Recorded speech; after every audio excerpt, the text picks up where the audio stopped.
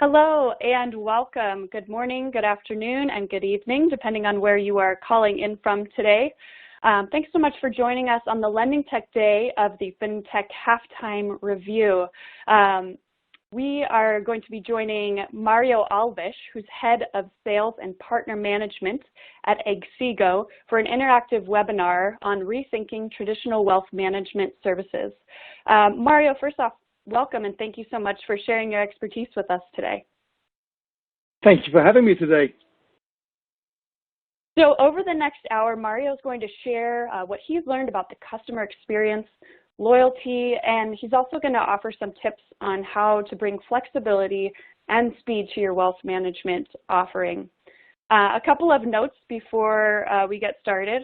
First off, I just realized I forgot to introduce myself. I'm Julie Moon. I'm Senior Research Analyst on the Finovate team here. And a couple of notes before we get started. First off, there are resources available to you, our audience. You can find those resources, which include links and videos, etc. Those are along the bottom of your screens in the resource panel.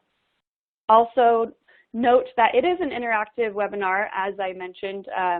We're going to have about 10 to 15 minutes for a question and answer session at the end of this webinar. So please be making notes.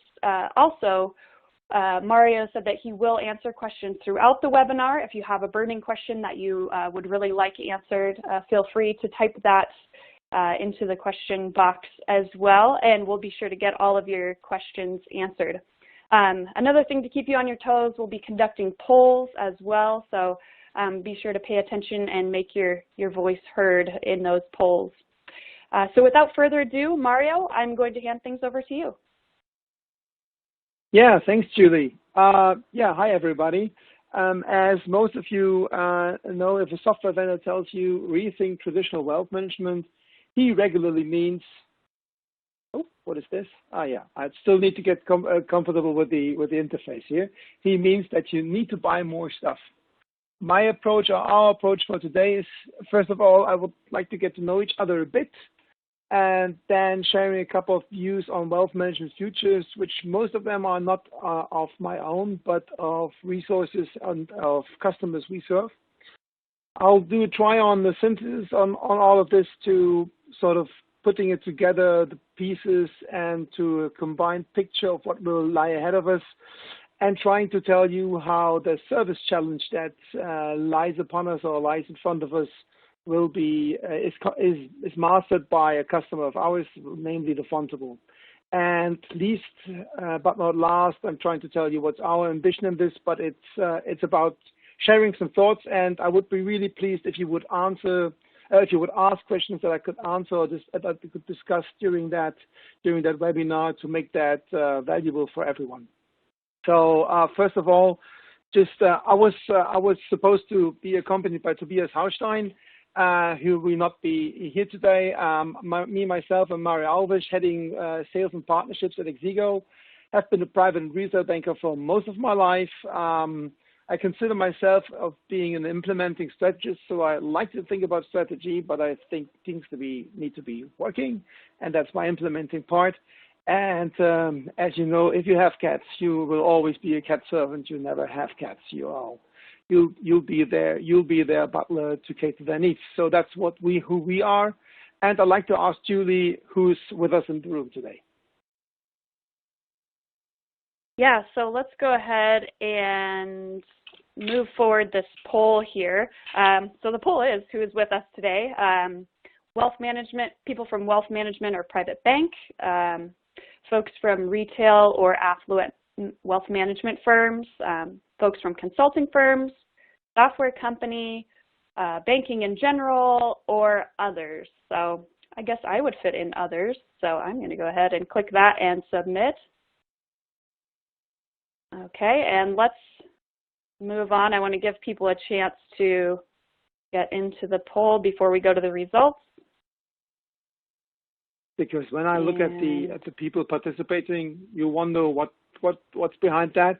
Actually, a lot of people from the aixigo side. There seems to be also internal tutorial I'm doing here. Okay, here we go. We have the results here.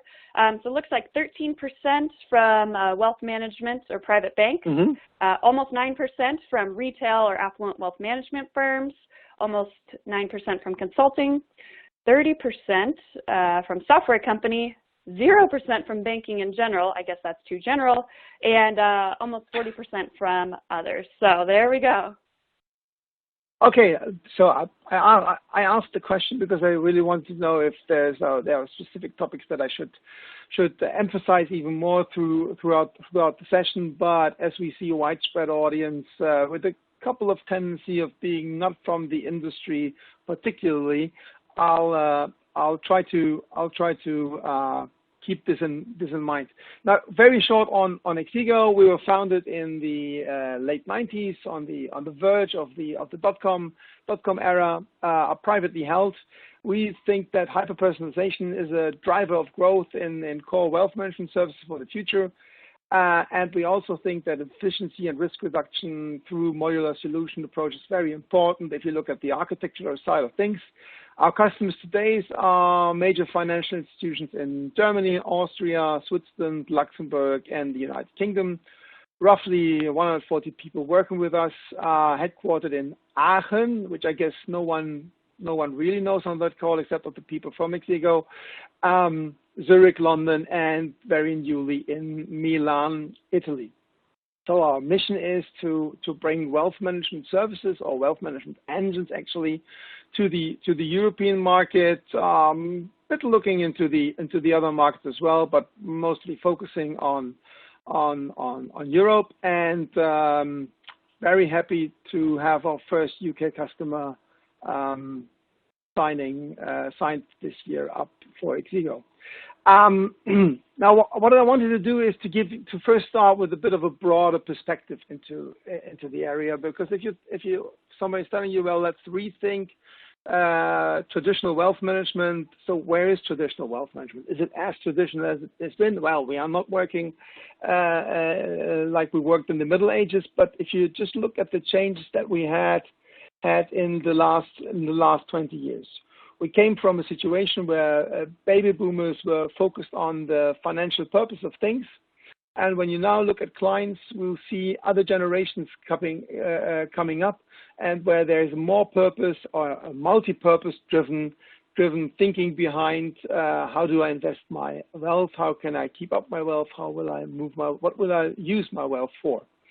If you look at the value proposition or the where we put our money, where we invest, where money is invested, we regularly saw 20 years ago some kind of blend between equities and bonds, some kind of asset allocation that's tried to make things right and put in the right way.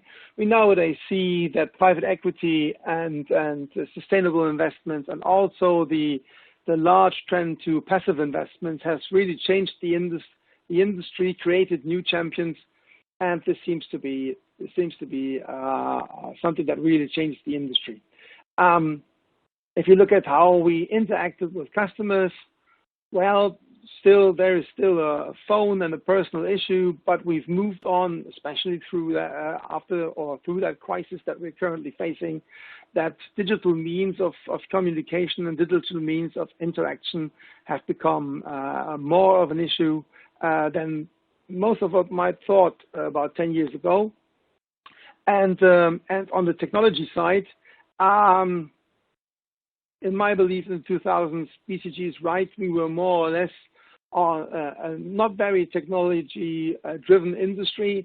But if you look at the industry right now, where we're trying to use technology much more, looking also into how to use data lakes, social media channels, connecting to people, connecting to data, finding out more how people behave.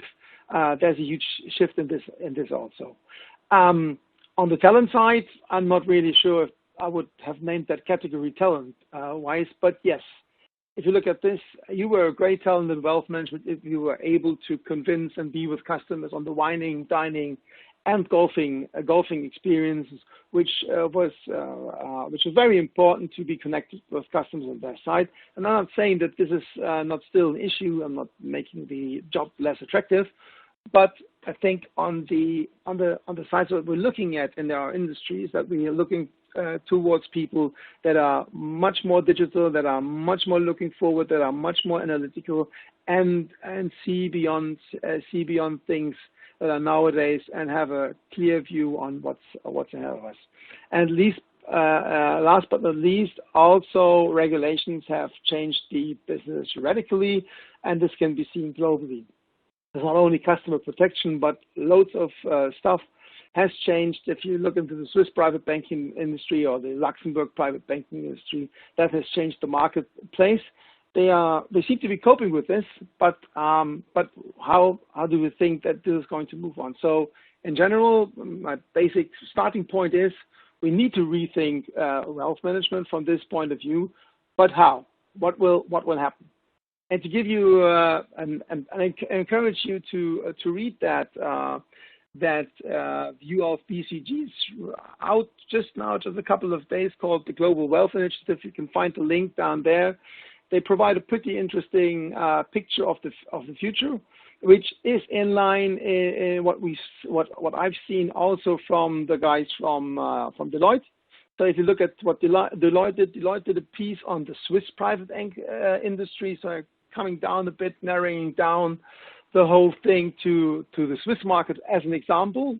And they looked at the Swiss market at the end of the last year and provided a study how the Swiss banking industry will change. And they came out with 4 major patterns they think that the industry will evolve, will move into. 4 major strategy points. The angles are from human-centered to machine-centered. So they as BCG are very strong and following this, that there will be a human issue, and that there are also human-centered business models that we will be looking for. But there also will be more machine-driven, more technology-driven business models as well. And the other viewpoint is how the control of the value chain will evolve. How this will be from a closely controlled value chain, where you're very tight with the customer, on the other hand side with a very open value chain, where you sort of have more an ecosystem style approach. And therefore views are on the one hand side, the club feeling or digital islands. Club feeling means more or less what the incumbent players are doing right now, with very strong brand, with very high touch premium services. This is just an evolvement. This is just where they are and might want to stay.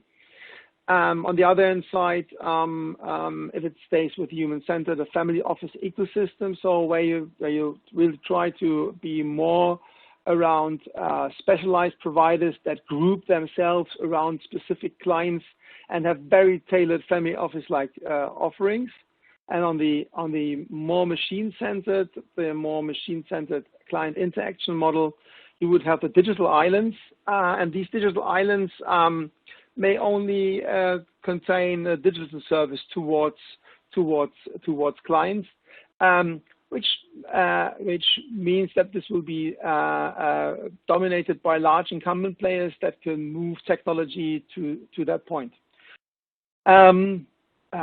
What does these 2 sides, or these 2 leading slides provide? To me, they provide one interesting question from the start: is, do we have a sure future of where wealth management is hidden? No, we don't. No, we really don't know. We don't know where the industry will be in 5, in 10 years' time. So one of the things that my customers are really aware of is that if they are going to move forward, they need to build things, or they need to think about a strategy that gives them the ability to adopt to what will happen in the future, because they are very uncertain what will happen in the future. And due to this, or following this, I'd like to present you, or make you acquaintance with Christian Gmündner. He's Chief Operating Officer at Vontable, and he sort of stated that the need to rethink wealth management, he put that into one very culminating objective. He said, we will need to be able to deliver any up-to-date customer journey in 3 to 6 months. And this means for the bank that they would need to change the bank, not as a whole, but radically, very often. And this was and is not possible. And they said we needed to find the better strategy for that. And to give you a bit of a view on what Christian thought about this and to give you the fundable angle on this, I'd like to present you the following video. And please set your system to not mute, unmute it.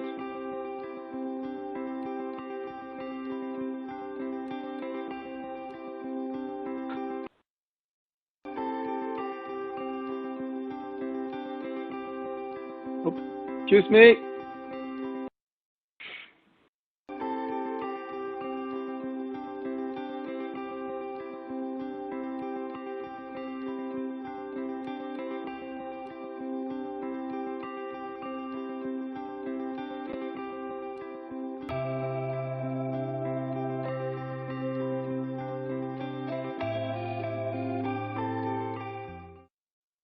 Regulation. MiFID II is a fact which we cannot deny. And if you do not invest in technology, you cannot survive. But these are also elements which create a lot of opportunities.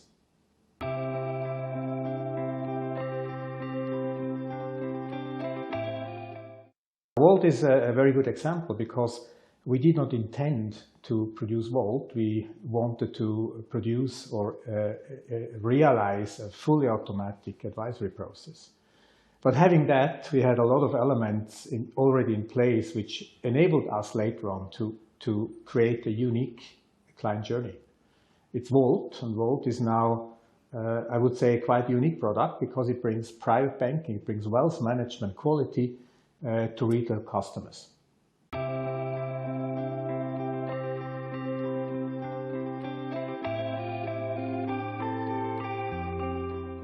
When we decided to move, we had to decide, do we want to do that in a traditional way or in a new way?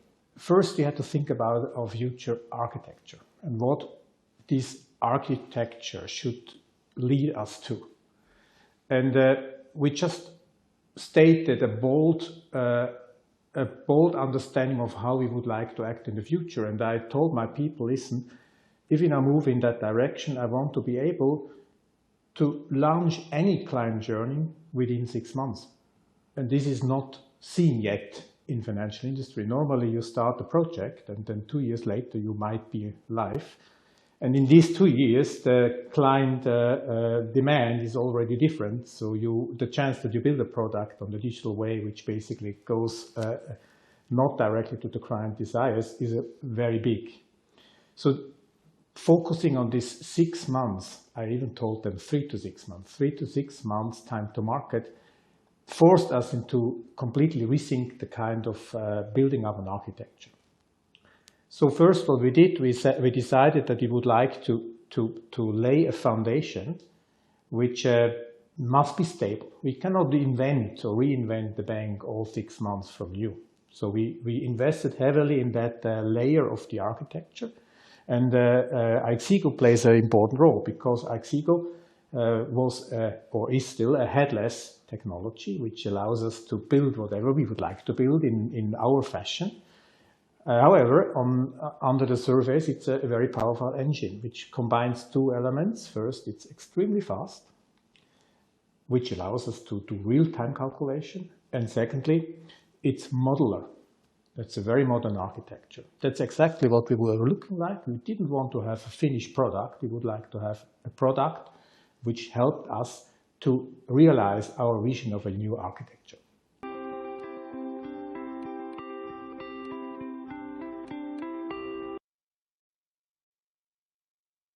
My excuses, my friends. I have been on mute. This mute and unmuting is still new to me, not a digital native. My excuses. Okay, let's start over here. Why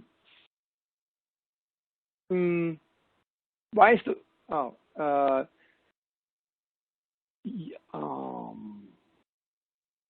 good. I guess you should be all seeing a slide heading telling when they started to build a digital advisor solution. So when Fontable started this, they realized that if they built something for the user, they needed to have a project down there. And with doing this, they were getting in a situation where a lot of connections needed to be built. And this was getting more and more complex. And they said, if we would have that vision of being able to deliver a new user journey in place in like 6 months, this was simply not going to work with what they have. So they thought about doing things different. So they had the idea of having the user experience and the project on top of things, and to integrate a stack of technology that reflects their future needs best. And so what they did is they formed a platform reflecting their core business with an API layer to connect everything. And now they are building projects and user experiences on top of that. And that platform is what they call Vontable's Digital Hub. And that Digital Hub is, in my belief, a very good answer on the question, how can we, on the one hand side, provide a very stable system that will be secure and that will create trust in terms of bookings are all going right and everything is working very well. And on the other hand side, have that flexibility towards the customer, towards the user, by having all the means in place to develop great experiences, but these things need to be on top of the core banking system. And they sort of built that platform with the use of aixigo. And if you look at the deliveries they had in less than 24 months, I think the result is very astonishing. Because first of all, they developed a digital advisor solution called Mars. And this alone would be enough to build in 2 years' time.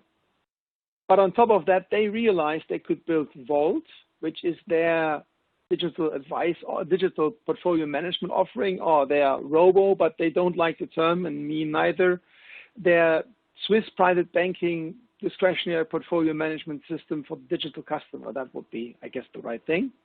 They also were able to embed more portfolio management topics, more portfolio management information, more portfolio management analytics into their online banking system. That project was called Fontable Soul.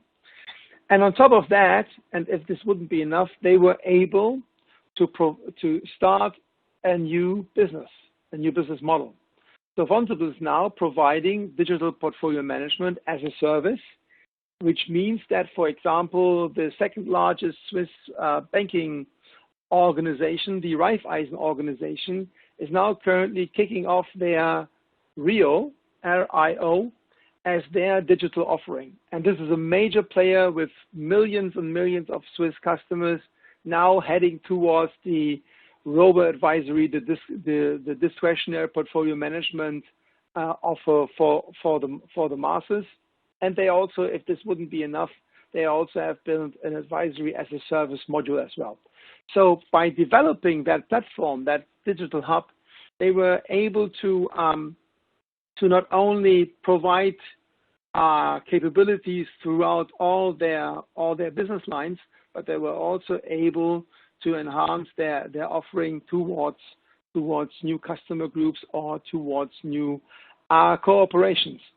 And I think this is a really truly visionary approach from Fontable, with an inspiring vision being carried out absolutely excellent. And I will be talking about this a bit more during the presentation. But I would like to finish up the implication or the general view on the rethinking of traditional wealth management with a couple of other trends that we currently see. What we currently see is that the affluent customer is massively gaining attraction. This is, for example, a situation that we currently see in the UK very much. When we talk to firms in the UK market, there's always that discussion about the advisory gap, and that advisory gap lies between those people who really they live on their paycheck and nothing more, and those who are so well off that they actually don't need to plan. Everything between that, between like 50,000 pounds and like 1 million pounds, seems to be in a gray area where every advisor firm wonders themselves if it makes sense to cater those customers. And one major obstacle is efficiency. Efficiency towards the question, can we cater those customers efficiently? What are we going to provide for them? And if you look at the offerings nowadays, most of these customers are with direct-to-consumer platforms, so they invest their money by themselves.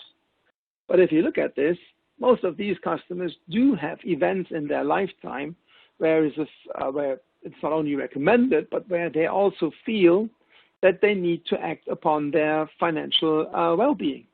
And I think that from that perspective, the affluent customer is gaining more traction, because if you would be able as a firm to focus on these live events and cater these specific situations, while on the other hand side having a sort of hybrid relationship, also a very efficient customer relationship overall, you could really make some value for the firm and also for the customer by getting this together.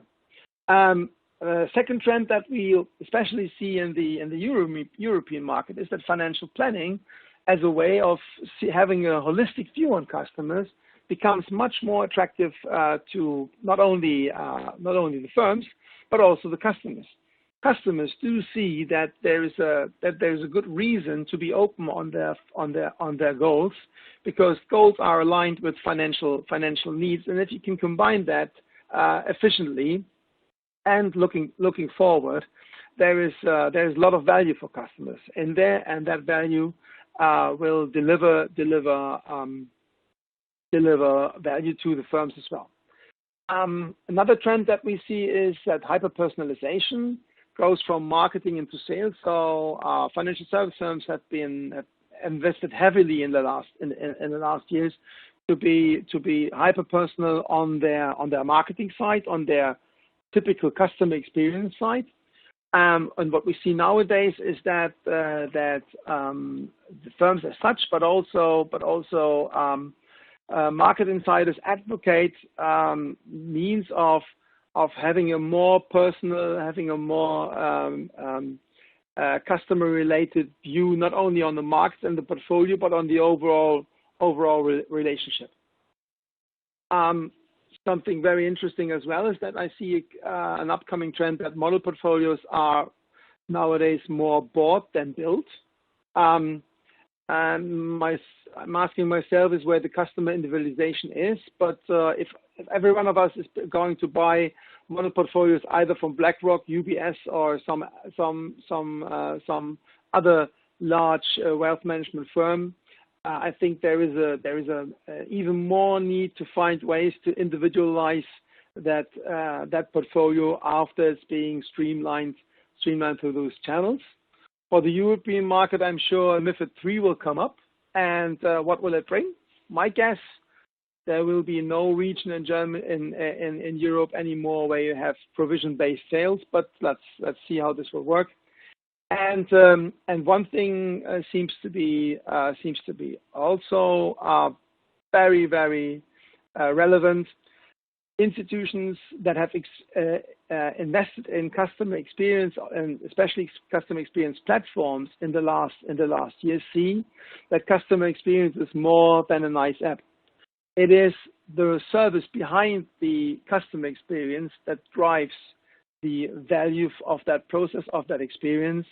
And financial institutions are looking for better ways to serve the customers more efficiently, but also more individually. So looking at all what we've seen now, I have the theory that on the customer side, that the growing need of being 100% about the customer in all segments will be prevalent, and will be even more important. And especially for the affluent customer, there will be a need to cater them in a sort of private banking style, but with retail efficiency, and institutions will try to find out what's their take on that. On the service side, or on what we provide, is my belief is that products as we do them today are totally dead. There might be evolvements in products, but that these evolvements will need to contain individualization.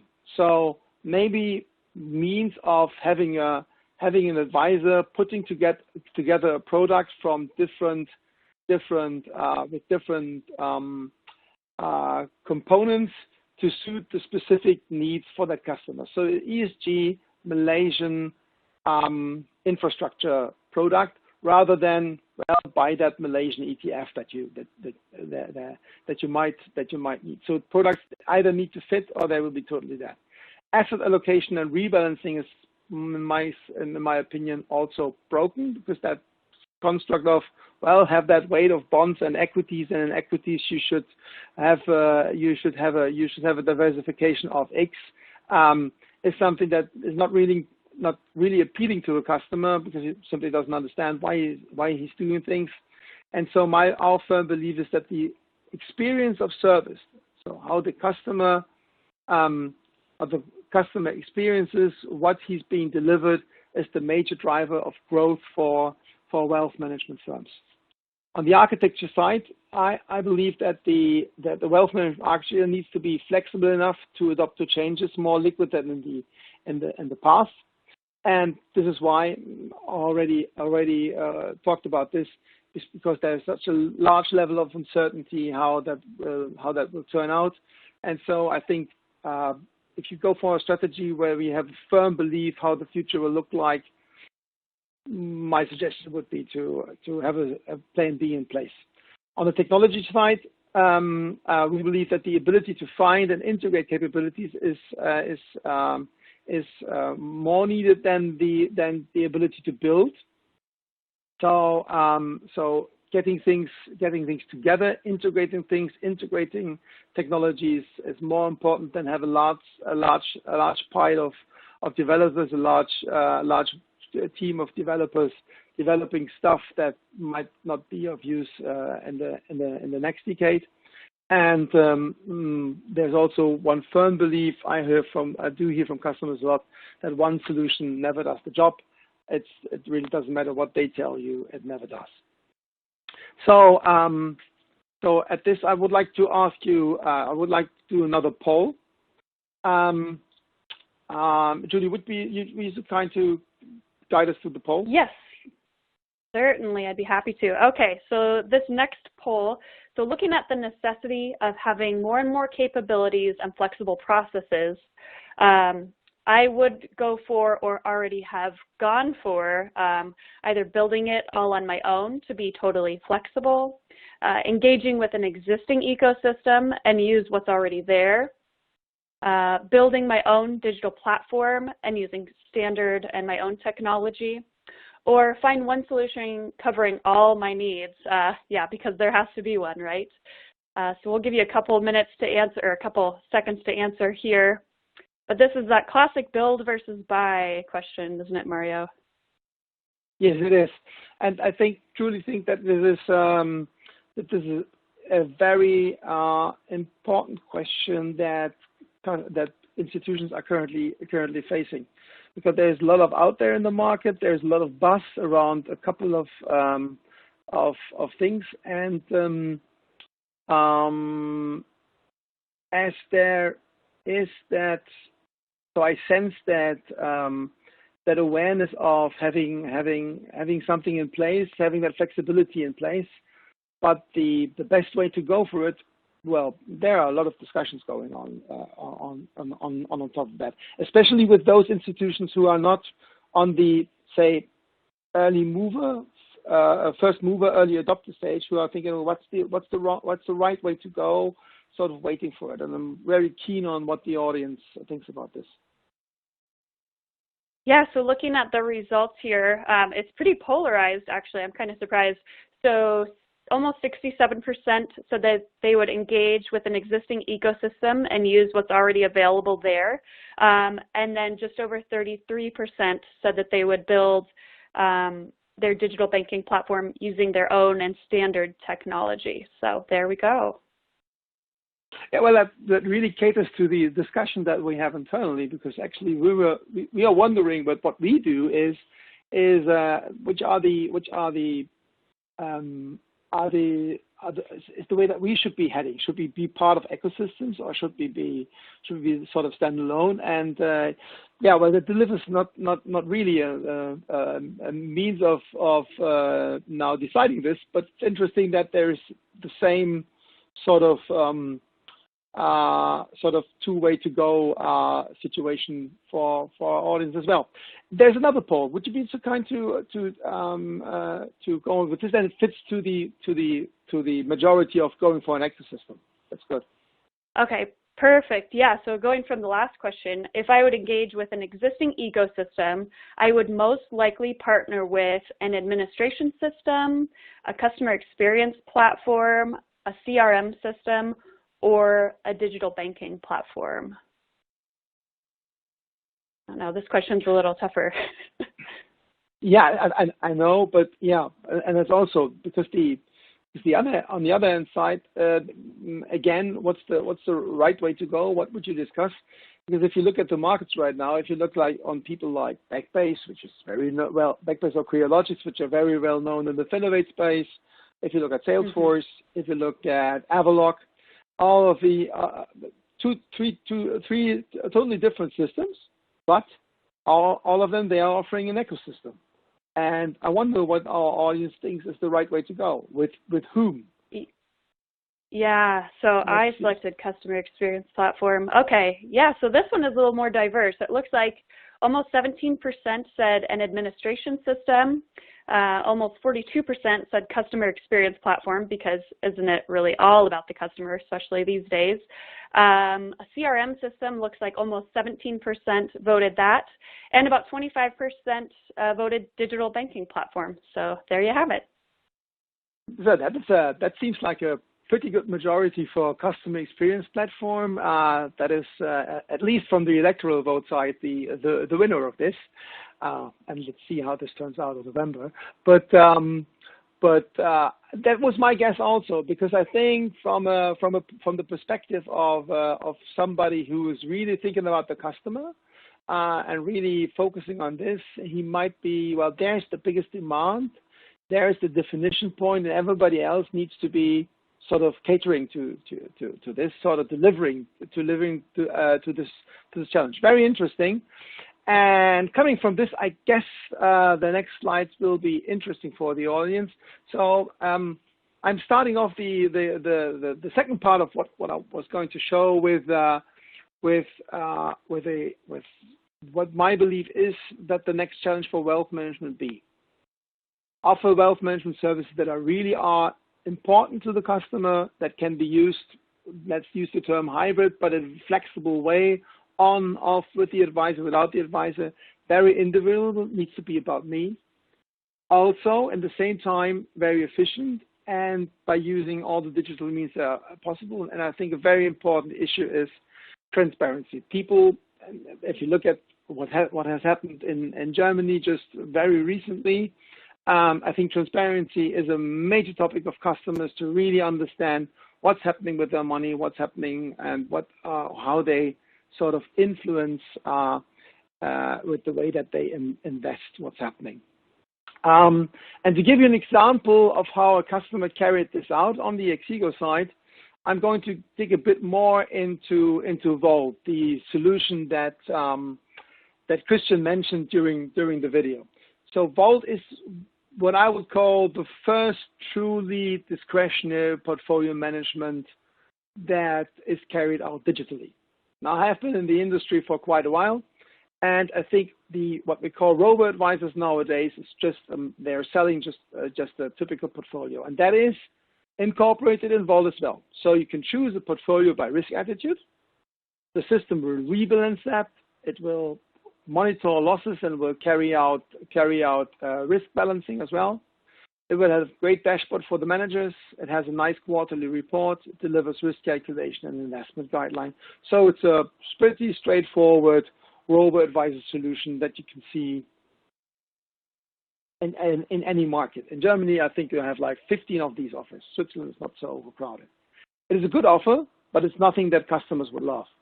It's nothing that is really engaging because you can have that like everywhere, and it's not really important and it's not really about me. Fontable went a bit further. They said, if we want to do a digital investment product, it needs to be lovable. It needs to have means of hyper-personalization. It needs to be built in a way that gives us a chance to become part of the digital relevant set. A digital relevant set, might want to explain that. The relevant set, the construct is fairly known from the marketing side. Digital relevant set means that Fontable's aim was to have 2 minutes of the daily digital time of any customer. And as of being a Fontable Vault customer, I can tell you I am, not only during the crisis, because they deliver through hyper-personalization content that is important to me. And by this service design, they are forming a habit that I only know from 2 other apps that I use. It's LinkedIn and Facebook. I'll be on my Facebook page once a day, and I'll be on my LinkedIn timeline like 15 or 20 times a day. And I will be on my Vault timeline also like 5 times a day, because they create content and keep that up. They create really quality content for their digital channels. I'll give you an example later on. And they're extremely good in white boxing what they do. So they make up the black box, and every customer can see what's happening inside their service. And I think this is where love kicks in. And what's really unique about them is that they allow, besides one other offering I know in the European space, is that the customer can decide on his discretionary portfolio on a daily basis. So for example, if I want to switch as a Vault customer from having an engagement in water to an engagement for how we will come back after the COVID crisis, there is a theme for that I can choose, pick up, and have that in my portfolio within booked within minutes and carried out at the markets within the next day. So the customer can really decide on these discretionary portfolios. By using our engines, it is possible that you can scale that through over 100,000 customers without having anyone in place. Well, sure, Fontable has somebody managing the portfolios in place, but it's carried out totally automatically. And it's, you have a German word here, Emotionalisierung, and that means emotionalizing through curated investments. I'll give you a quick tour on this. So there's a self-service empowerment theme, and you can carry out this every day. Habit forming and transparency is being done because they are very up to date. They deliver content every day, and the next step for me is they are not thinking. I'm not sure if they are thinking about this. Is that they will be using our timeline, which is very similar to the Facebook timeline, and provides information around the portfolios and any investment related news that they should be able to transfer that into the Facebook or whatever timeline a customer might choose to see what's happening. So I think one next step of hyper-personalization is bringing that into your digital life, which regularly means some other platform than your bank's app. And that habit forming and transparency goes even further. So they will tell you anytime when they have a theme investment what's happening. Me, for example, I do have an investment in robotics. And that investment in robotics consists of different stocks and an ETF. And if they change stocks in that robotic theme, they will tell you about it. They will tell you why they've sold this and why they've bought this. So this is transparency that nowadays you don't see from your fund manager, but you see it within that discretionary portfolio management of not being totally open. And it even goes further because you can see the people behind it. Every theme has a curator, and very often has a portfolio manager, and very often also a curator who decides on that theme, who forms it, who influences it. That curating issue is very important when you have sustainable investments or anything that goes beyond a typical investment case, but you always know who is responsible for that specific investment. And that is the way that they think that they can bring emotions and people and connection to all this, making it even more not only understandable, but connectable for that specific customer. So the experience of portfolio management that they deliver is a true experience of private banking and not of retail. It feels private bankish, but it has the cost of retail. And that delivers a lot of chances. So if you're looking at Fontable, they are using this offer not only as something that they try to use to aggregate customers on the retail side. It's also their entry product in markets where wealth is in different numbers. So, for example, an African wealth management market, there would be a typical Fontable customer starting with Fontable Vault, and it will have a very decent private banking offering with digital edge, delivering much more value than on the one hand side your solely robo, or on the other hand side the very expensive advisor that you might want to have in that. And so, looking forward and looking also to the Q&A that we were thinking about. What's our ambition in this? aixigo provides wealth management service engines. These service engines have a magnitude of ready-made capabilities that you can use straight away. You can use them either combined or as a single service, and that combination can be supported by us. They are very easy to use, and they deliver customer value very efficiently. The aim of this is to deliver many customer journeys towards wealth management customers through using a modular approach. So there's a big stock of capabilities that we offer that you can use for very different things. And for example, we're currently discussing the unified managed account as a means of growth for wealth management firms. This is something that you can easily build out of stock from aixigo, setting up a new customer journey, a new customer experience by using what's already there. This is an overview of our capabilities, and really it goes from client profiling to timeline features to building blocks of investment, really delivering value to your architecture with the overall idea of us not being a platform, but us providing capabilities to an overall wealth management architecture made with Salesforce or with Avalok or with a custom experience provider like Backbase or something like this. We ingest the specialties of wealth management, the core capabilities that exceed the regular, and making wealth more exciting on their core service part. And closing the round, I would like to ask you one last question. And Julie, would you do me the favor? Of course, I'd be happy to. Yeah, so the challenge for wealth management is to create services that are more efficient, services that customers value, services that people love, or services that keep the regulator quiet. Yeah, let's see. Efficiency is good. You know, I'm going to choose services that customers value. Should we see what the general audience voted now? Let's see. Yep. Here we go. Okay. Yeah. Customers value for the win. And that made me guess wrong, because my favorite is that people love, because I think that it comes down to specifically that about. It means love in a more transcendent way, not but from my point of view, the emotion needs to get back into that service. The overall value and attractiveness of the offer needs to be something that I can't resist. I can't keep my hands off. So going from my presentation towards the Q&A, I don't know. I've seen a couple of questions. Well, we've talked about the Christmas market, and you sort of looked at those trends. Yeah, Julie, I might want to answer your question. You've looked at a lot of trends. What new trends do you think COVID-19 will bring? Okay.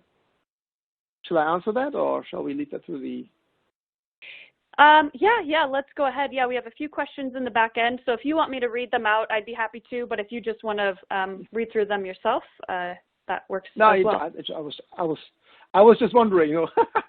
Okay. Yeah, I might answer your question. COVID-19. Well, I think from a general point of view, COVID-19 has raised the awareness for that digital interaction can be a social interaction. I never understood why we called it social distancing. It was more or less just a metric distancing where we stood farther from each other, but we were not really socially distant. And we've seen that working from the home office, getting connected customers remotely has worked quite well for a while. But on the other hand side, we also see, and also the advocates of more digitals have had to realize that at the end, trustworthy relations do need contact. And to quote an Italian customer of mine, before we get finally into business, I need to smell you. Well, he didn't mean to smell, but he said it needed to be in the same room. And I think that's still something that we also learned from this. So more digitalization, but human contact still very, very important. Julie, would you like to go on with the questions? Yeah, no, I just wanted to, well, yeah, I do. There are a few more in the back end for you to answer, but I just wanted to interject quickly and remind the audience that if you do have questions, please submit them now so that Mario can answer them. Were you still on this one, or would you like me to move on to the next question? Yeah, move on, if you would like to. Okay, so the next question, let's see. Financial advice, especially wealth management, has always claimed to be about the customer. It seems that the customer demands more or other. What will change or what needs to change? I think from a general perspective, the industry needs to sort of have a paradigm shift towards towards true customer orientation. I think in the overall view, there is still not a very, very clear view on what customer orientation really means. There's always more the angle of how can we do that efficient? Is that good? Customer is not a good money manager. Why should we do that for him? And things like that. And I think we need to come clear on that term that without a high level of customer orientation, it's not going to work. Not only in wealth, in none of the financial service industries. And the major change is that you need to set up all your thinking from that customer side and try to sit on that stool where the customer is. Try to walk in his shoes. Try to understand that everything around financial is clear to us, but for him it feels like a surgery to us. So the same amount of ambiguity that we have when we talk to our surgeon, the customer has when we talk with him about his finances. There is still a matter of financial literacy and not being there, and so I think that's the general thing that the industry need to change. Yeah. Okay, great. So it looks like we have about 5 minutes left, so we have about 1 or 2 more questions. If you do have a burning question, please submit it. But for now, let's look at the next question, Mario. This question about the affluent customer. Why is the affluent customer so attractive? Yeah, I think it's getting even more attractive. If you look at things, the retail customer, there's sort of a situation where there is a squeeze out of retail customers on the financial service side. We try to serve them as efficient as we can, which means totally digitalizing our services. And on the upper end side of business, or the upper side of business, the ultra high net worth and high net worth customers, well, that pool of customers is divided, and it's not really growing massively. So there are not coming massive customers into that. There's a growth overall, but that growth is being divided by the incumbents, and it's very hard to grow in that field. On the affluent side, we have seen very stable growth rates in earnings, but also in wealth overall. And if you look at the segments, that affluent segment is in the overall situation the largest segment in all of the markets. So this is what the institutions see. Their problem with the affluent clients is that the relationship between efforts and return didn't seem very attractive for like 10 to 15 years.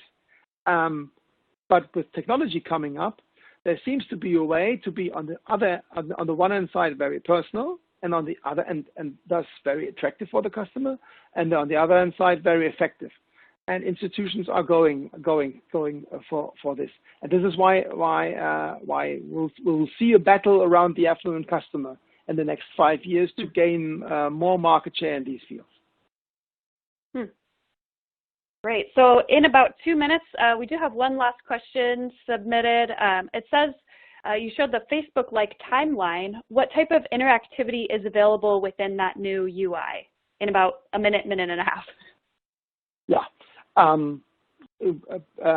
We've detected you change your portfolio. We've did this and that.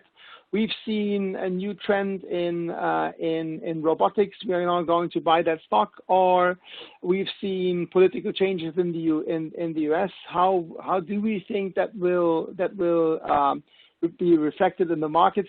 So you get a financial point of view on what's happening around you. So if somebody who's interested in politics and looks on what's happening, for example, in the US and the UK, or is wondering who will be the successor of Angela Merkel, he will get a financial point of view on this as well. And I think that's important to people, because they will be thinking about that, especially now, because nowadays they see how politics and their well-being is connected, and that is something that COVID brought to the table much clearer than anything before. You are not disconnected from the political world.